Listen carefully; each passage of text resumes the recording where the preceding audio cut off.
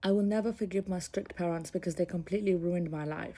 Salam, I'm almost 30 years old, and for the past 5 years, I completely cut my parents out of my life.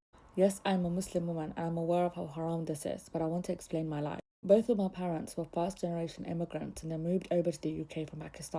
Very strict and traditional family. They gave birth to me here.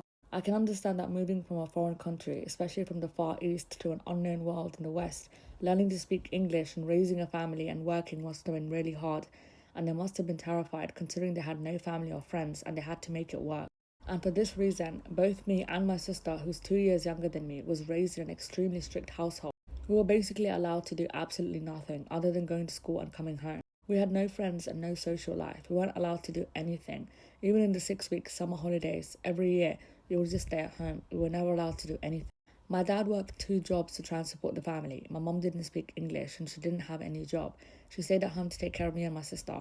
I appreciate all the hard work they did, but they basically didn't let us do anything. They forced me to study in a crappy university just because it was close by to home and I wasn't allowed to travel anywhere else.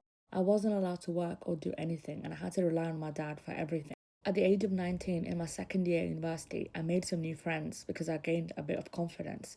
And I told them about my life, and they told me how this is not normal, and that I'm a grown 19-year-old woman who's independent and I can leave them if I wanted to.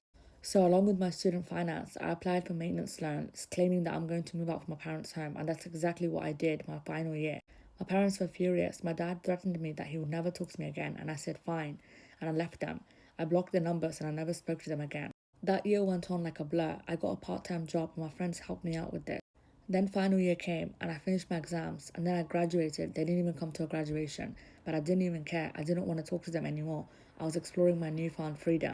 I didn't do anything haram. I kept to myself. After graduation, I moved out to a privately rented flat who I rented with some of my old roommates. I had a great mentor at university who helped me network really well, and I landed my first job at 21 just after graduating, so I was able to quit my part time job and focus on that.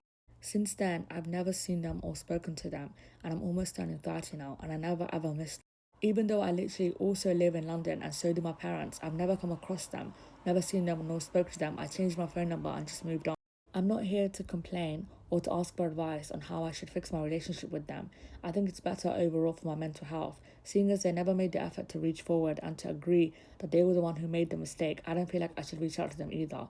The only person I the only person I feel bad for is my sister, who's 2 years younger than me. I hope she's doing well.